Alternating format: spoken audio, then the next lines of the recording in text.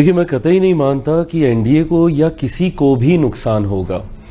नुकसान सिर्फ उस सोच को होगा जो समाज में एक असामाजिक तत्वों के माध्यम से चुनाव प्रणाली को प्रभावित करने का प्रयास करती हैं।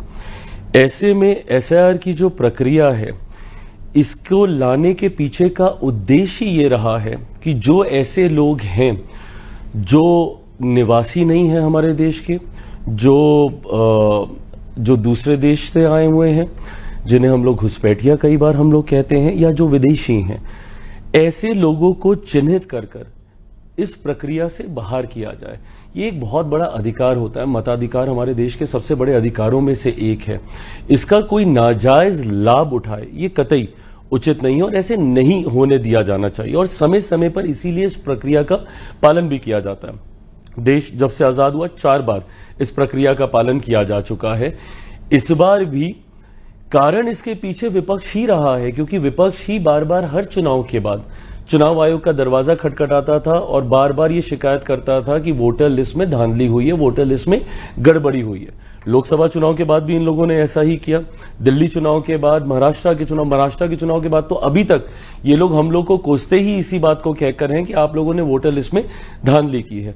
तो ऐसे में जब आप इस बात का अविश्वास पैदा कर रहे हैं कि वोटर लिस्ट में किसी तरीके की धांधली हुई है या वो प्रक्रिया सही नहीं है, तो उसको सुचारू करने के लिए या उसको सही करने के लिए एक इंटेंसिव रिवीजन की जरूरत थी और उसी को आज अपनाया जा रहा है।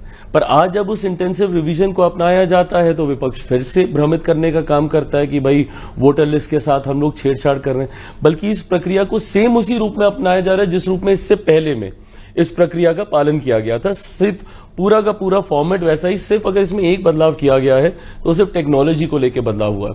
पहले आपको फिजिकली जाके डॉक्यूमेंटेशन आपको सबमिट करने होते थे, अब आप इसको ऑनलाइन भी कर सकते हैं। इसके अलावा इसके प्रोसेस में कहीं कोई और बदलाव नहीं किया गया है।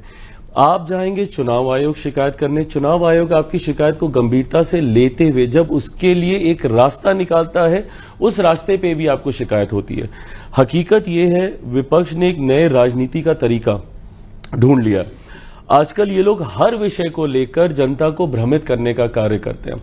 उदाहरण के तौर पर लोकसभा का जब चुनाव हुआ, इन्होंने पूरा चुनाव ये कहते हुए इन लोगों ने बता दिया कि अगर मोदी तीसरी बार आ गए तो देश से आरक्षण समाप्त हो जाएगा, संविधान की हत्या हो जाएगी, लोकतंत्र की हत्या हो जाएगी। आज 1 साल से ज्यादा हो गया चुनाव हुए, नई सरकार बने हुए। आप बता दीजिए कहां का लोकतंत्र समाप्त हुआ या कहां का संविधान समाप्त कर दिया गया या किसका आरक्षण छीन लिया गया।